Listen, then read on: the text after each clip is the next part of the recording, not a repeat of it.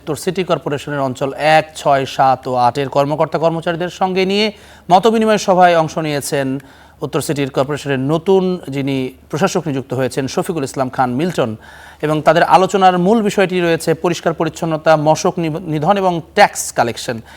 অত্যন্ত গুরুত্বপূর্ণ তিনটি বিষয় নিয়ে সিটি কর্পোরেশনের। এই বিষয়ে আরও জানতে আমাদের সহকর্মী সুমন মাহমুদ তার সঙ্গে যোগ দেব, তিনি সেখানে আছেন। সুমন, আমাদেরকে জানাবেন উত্তর সিটি কর্পোরেশনের নতুন প্রশাসক এবং যে তিনটি বিষয় নিয়ে আলোচনা করা হচ্ছে, মূলত এই তিনটির মধ্যে মশক নিধন যেটি, এটি নিয়ে আপনি নিজেও প্রতিবেদন করছিলেন কাজ।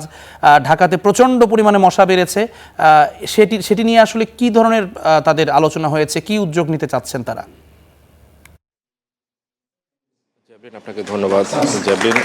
ঢাকা উত্তর সিটি কর্পোরেশনের নবনিযুক্ত প্রশাসক শফিকুল ইসলাম খান মিল্টন ঠিক এই মুহূর্তে ঢাকা 18 আসনের যে 4টি অঞ্চল রয়েছে সেই অঞ্চলের কর্মকর্তা কর্মচারীদের সঙ্গে বসেছেন এবং তার এবার মূল বিষয় হলো যে এই এলাকার যে পরিষ্কার পরিচ্ছন্নতা বিষয়টি রয়েছে, পাশাপাশি ট্যাক্স কালেকশন, আর অন্যতম একটি বিষয় সেটি হচ্ছে মশক নিধনের যে কার্যক্রম, সেই বিষয়গুলো নিয়ে কথা বলবেন। আমার বাম পাশে এখন আমরা প্রশাসককে দেখতে পাচ্ছি, তিনি বসে আছেন। আমরা ঠিক এই মুহূর্তে দেখতে পাচ্ছি যে একটি উত্তর সিটি কর্পোরেশনের 6 নম্বর যেই সেক্টর রয়েছে সেখানে যে কমিউনিটি সেন্টার রয়েছে, কমিউনিটি সেন্টারে এই প্রোগ্রামটি আয়োজন করা হয়েছে। সেখানে এই এলাকার যে এমপি রয়েছেন সেই এমপিও আছেন, পাশাপাশি নবনিযুক্ত প্রশাসক এখানে রয়েছেন। প্রশাসক, আপনি নবনিযুক্ত মানে গতকালকে আপনি গত পরশুদিন আপনি দায়িত্ব পেয়েছেন, দায়িত্ব পেয়েই আপনি মাঠে নেমেছেন এবং গতকালকে আপনারা দেখতে পেয়েছি যে মশক নিধনে আপনার যে কার্যক্রম সেটি রয়েছে। আজকেও এখানে আপনি এসছেন, এখানে 6টি অঞ্চলের কর্মকর্তা কর্মচারীদের সঙ্গে আপনি বসেছেন। আপনার এখানে মূল টার্গেটটা আসলে কি, কোন বিষয়গুলো নিয়ে আপনি সবার আগে কাজ করতে চান?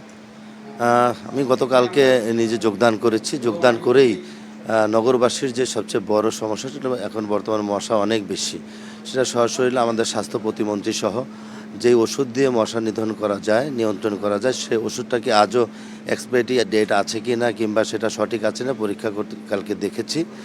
আমরা এই মশকের উপরে প্রতিটা অঞ্চলে গিয়েই এভাবে মতবিনিময় সভা করে এবং আমাদের লোকাল যিনি এমপি সাহেব আছেন আমার সাথে, উনি সহ আমরা এই জিনিসগুলোকে ফাইন্ড আউট করে আমরা অতি দ্রুত নগরবাসীকে একটা চমকের মধ্য দিয়ে আমরা এটাকে নিয়ন্ত্রণের মধ্যে রাখার জন্য চেষ্টা চালিয়ে যাচ্ছি আর কি।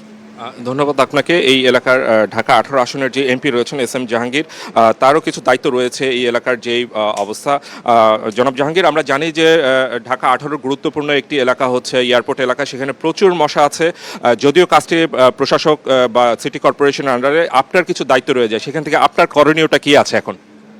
আপনাকে ধন্যবাদ। আপনি জানেন আমাদেরকে জনগণ নির্বাচিত করেছে সেবা পাওয়ার জন্য, আর এখানে যারা কর্মকর্তা আছেন তারা রাষ্ট্রের কর্মকর্তা কর্মচারী, তারা যেখানে চাকরি করেন, এখানে কাজ করেন মানুষকে সেবা দেওয়ার জন্য। আমাদের দুজনের টার্গেট কিন্তু একই, যারা রাষ্ট্রের কর্মকর্তা এবং যারা পলিটিক্যাল নির্বাচিত কর্মকর্তা, কাজটা একই। কাজে আমরা এই কাজটা একসঙ্গে করে সমন্বয় করে আমাদের যে প্রবলেমগুলো আছে, আপনি যেটা মশার কথা বললেন, আন্তর্জাতিক শাহজালাল আন্তর্জাতিক বিমানবন্দর, সেখানে কিন্তু দাঁড়ানো যায় না, এই মশার সমস্যা আছে। এছাড়া অন্যান্য অনেক ধরনের সমস্যা আছে। গত 17 বছর এখানে কোনো কাজ হয়নি। আমার এই এলাকাটা নতুন এলাকা, এখানে 14টা ওয়ার্ডের 13টা ওয়ার্ড হলো নতুন হয়েছে, সিটি কর্পোরেশন নিয়েছে, সেখানে কোনো সিটি কর্পোরেশনের ছোঁয়া লাগেনি। যার কারণে প্রশাসক সহ আমরা আজকে বসেছি কীভাবে জনগণকে সেবা দেওয়া যায়, জনগণকে ভোগান্তি থেকে বা মুক্তি দেওয়া যায়, সেটা নিয়ে আমরা আজকে কর্মচারীদের আলোচনা করে আমরা নতুন একটি অধ্যায় সৃষ্টি করবো ইনশাআল্লাহ।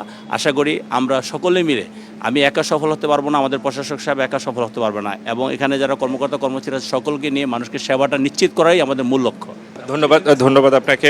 আমরা শুনছিলাম যে জেলা প্রশাসক, দুঃখিত, মেয়র যিনি আছেন উত্তর সিটি কর্পোরেশনের প্রশাসক এবং এই এলাকার যিনি এমপি রয়েছেন, তারা আসলে সমন্বিতভাবে এই এলাকার যে মশার নিয়ন্ত্রণ করার জন্য কাজ করবেন এবং এলাকার উন্নয়নে কাজ করবেন বলে জানিয়েছেন।